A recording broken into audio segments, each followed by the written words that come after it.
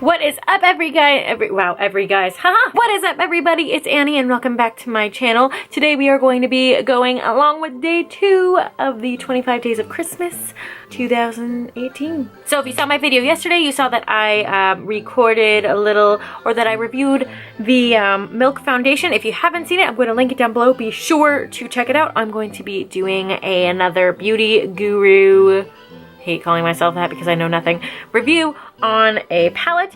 This is very, very delayed. I actually did not intend on doing this at all. I didn't really have any like autumnal and winter colors. So I happened to be perusing TJ Maxx one day and came across this. I was a little bit alarmed actually to find this there. I'm accustomed to seeing really kind of like cruddy makeup there, or like brands that you don't know, that you've never heard of, because honestly a lot of it is just not popular. I was like, all right, fine, you got me.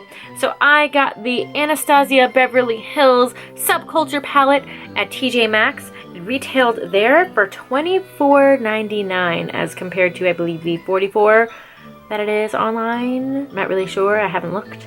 But this is my first ever Anastasia Beverly Hills palette. There's been a lot of back and forth between if this palette is really good or not. I heard there was a lot about fallout. So this is just kind of my take on it. One person reviewing this made a very valid point that this is definitely an intermediate palette. As we can see here, from my few little tests that I've done, you can see by the colors, it is a little bit more intermediate. It's not very easy to play with that I know of yet. So I'm going to be really excited to try and do some sort of look with this at the end of the video. Who knows what's really going to happen though. Yeah, I'm actually kind of panicking, but since I'm not there yet, I'm not going to worry about it. So this is the Subculture Eyeshadow palette. It is an essential eyeshadow collection with 14 shades featuring grungy mattes and bold metallics with an underground edge. So in this palette, you get 2 duochromes, which are Cube and Electric.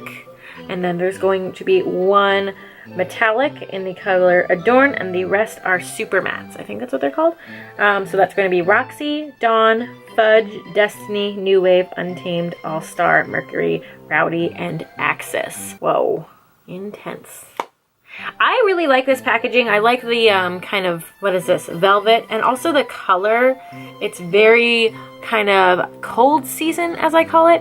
I actually like kind of was joking yesterday on my Snapchat about how I was matching the sky, because the sky was blue but then all the leaves were this kind of golden color, and that's exactly what this palette looks like now. So something that a lot of people are explaining about the Subculture palette is that this is kind of like the nighttime palette as compared to the Modern Renaissance, which is more of a daytime palette. But what I really like about, even though they're very complex, they're very complementary. Like the opposites just go hand in hand. Those 2 look like they're going to go really well. These 3 look like they're going to be awesome. All of this I'm just really excited to play with. Cube does look like a duochrome I have from the Through the Looking Glass palette that I'm not a fan of. I don't really like that whole pink iridescent thing, but you know what?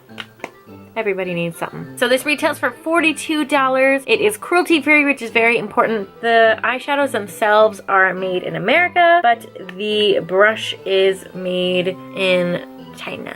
Yo, it even gives instructions on some applications, so we are definitely going to follow some of them. But we're going to start with the ingredients first. So we got, here we go. Axis, Destiny, Mercury, Dawn, Rowdy, Fudge, All-Star, Edge, New Wave, Roxy, Untamed, contain talc, HCI/trimethyl hexylactone cross-polymer, zinc theory, caprylyl dimethicone, ethohexylglycerin, silica, may contain putre yellow-5 lake, carmine, ultramarines, iron oxides, titanium dioxide, contains carbon as a color additive. So that's like not vegan though, right, because of carmine. Then Adorn, as a color additive, Adorn has talc, octyldodecyl stearoyl stearate, dimethicone, zinc stearate, caprylyl glycol, ethohexylglycerin, may contain mica, iron oxide, titanium dioxide. Electric has talc, calcium, sodium, borosilicate, zinc stearate, octyldodecyl stearoyl stearate, dimethicone, caprylyl glycol, ethohexylglycerin, silica, synthetic fluorogopite, tin oxide, may contain mica, iron oxide, titanium dioxide. Then Cube has talc, octyldodecyl stearoyl stearate, dimethicone, silica, zinc stearate, caprylyl glycol, ethohexylglycerin, may contain mica, titanium dioxide. So we are going to go through all of the colors as a swatch now. So Cube looks very similar to Lily from my Looking Glass palette. Lily is a little bit more vanilla in color, while Cube is a little bit more white, but they both have this very like shiny pink color that is not my favorite. But so a lot of the controversy with this palette is that there's a lot of fallout. After the controversy, the later palettes that they came out with were a lot harder pressed, which I'm guessing I got judging by the lack of fallout that I was able to receive. Cube barely showed up on my wrist, which was quite disappointing. Electric I really did like, because even though it looks very green in the palette, when you put it on, it's more of like kind of an amber or copper color that shines green, which I really, really, really like. I think that's going to be one of my favorites in this. Dawn just seemed to struggle to come on a lot, and I was expecting Axis to be a lot more blue, but it kind of came out almost gray. Now I'm going to kind of do a little tutorial. This is the part I've been panicking about, guys, and trying not to think about was actually putting it on my face. But the best way to figure out if an eyeshadow palette is for you is to play with it. So I'm going to do one eye myself, just kind of figure something out, and then I will walk you through the other eye. Alright guys, let's hope to the heavens that I can create this horrendous look.